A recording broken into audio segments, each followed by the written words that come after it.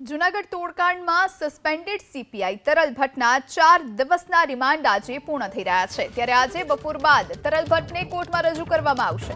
જો કે SOG PI am Gohil અને એએસઆઈ દીપક જાની હજુ પણ ફરાર છે। એટીએસ હજુ પણ આ બંનેની ધરપકડ કરી શકી નથી। તો તોડકાંડના આરોપીઓ હજુ પણ પોલીસ પકડથી બહાર છે। સીપીઆઈ તરલ ભટ્ટના 4 દિવસના રિમાન્ડ જે આજે પૂર્ણ થઈ રહ્યા છે।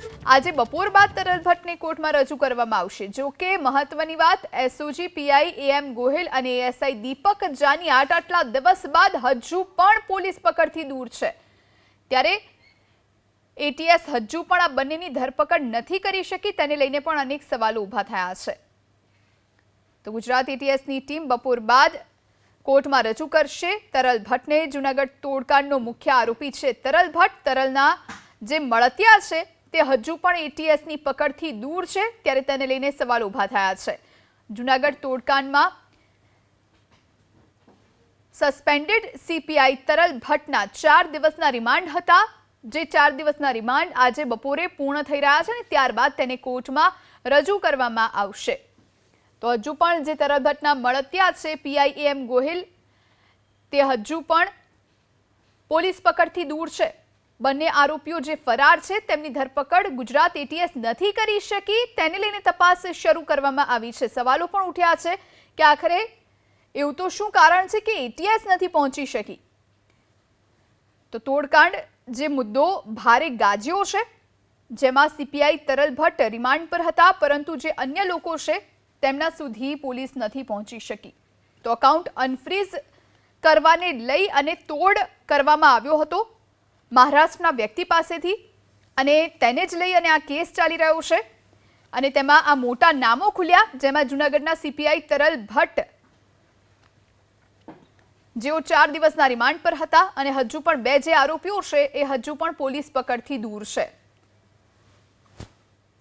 એસઓજી પીઆઈ એએમ ગોહિલ અને એએસઆઈ દીપક જાની હજુ પણ ફરાર છે, ત્યારે તેમને કોણ બચાવી રહ્યું છે તેને લઈને સવાલો ઊભા થયા છે। એટીએસ હજુ પણ આ બંનેની ધરપકડ નથી કરી શકી, તેને લઈને પણ સવાલો ઊભા થયા છે। તરલ ભટ્ટ સાથે કોની કોની સંડોવણી છે તેની તપાસ પણ જરૂરી છે। તોડકાંડમાં તરલ ભટ્ટને જૂનાગઢ કોર્ટમાં હવે રજૂ કરવામાં આવશે, ત્યારે અનેક સવાલ ઊભા થયા। એટીએસ તરલના ચહેરાને કેમ છુપાવવાનો પ્રયાસ કરી રહી છે? એટીએસની ટીમને હજુ સુધી ફરાર આરોપીઓને શોધવામાં કેમ સફળતા નથી મળી? તોડકાંડમાં આખરે સંડોવણી કોની છે તેની તપાસ થાય એ જરૂરી છે। તરલ ભટ્ટ સાથે પણ કોણ સંડોવાયેલું છે, કેટલા સમયથી આ પ્રમાણેના તોડકાંડ ચાલી રહ્યા હતા, તેની પણ તપાસ થાય એ જરૂરી છે। તરલના મળતિયા પીઆઈ એએમ ગોહિલ, એએસઆઈ દીપક જાની હજુ પણ ફરાર છે। હજુ સુધી ગુજરાતી એટીએસ તેમના સુધી નથી પહોંચી શકી।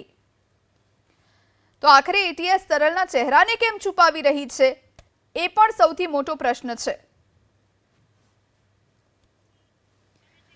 જૂનાગઢ તોડકાંડમાં તલસ્પર્શી તપાસ જરૂરી છે।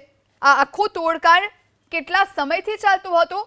આ તો એક વ્યક્તિએ ફરિયાદ કરી હતી, આવા અગાઉ કેટલા લોકો ભોગ બની ચૂક્યા છે તેની પણ તપાસ થાય એ જરૂરી છે।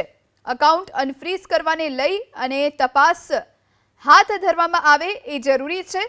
આખરે શા માટે તરલના ચહેરાને છુપાવવામાં આવી રહ્યો છે? શું તેના માથે કોઈનો હાથ છે કે કેમ, તેની તપાસ થાય એ પણ જરૂરી છે।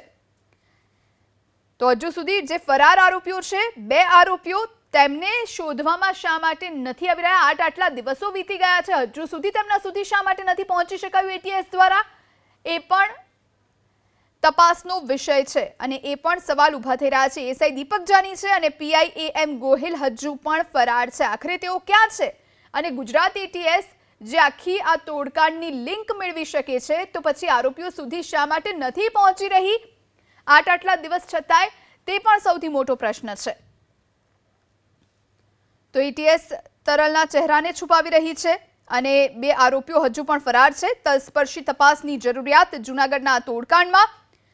તરલના મળતિયા કોણ છે, કોણ આ આખા તોડકાંડમાં સામેલ, એને લઈને તપાસ પણ જરૂરી।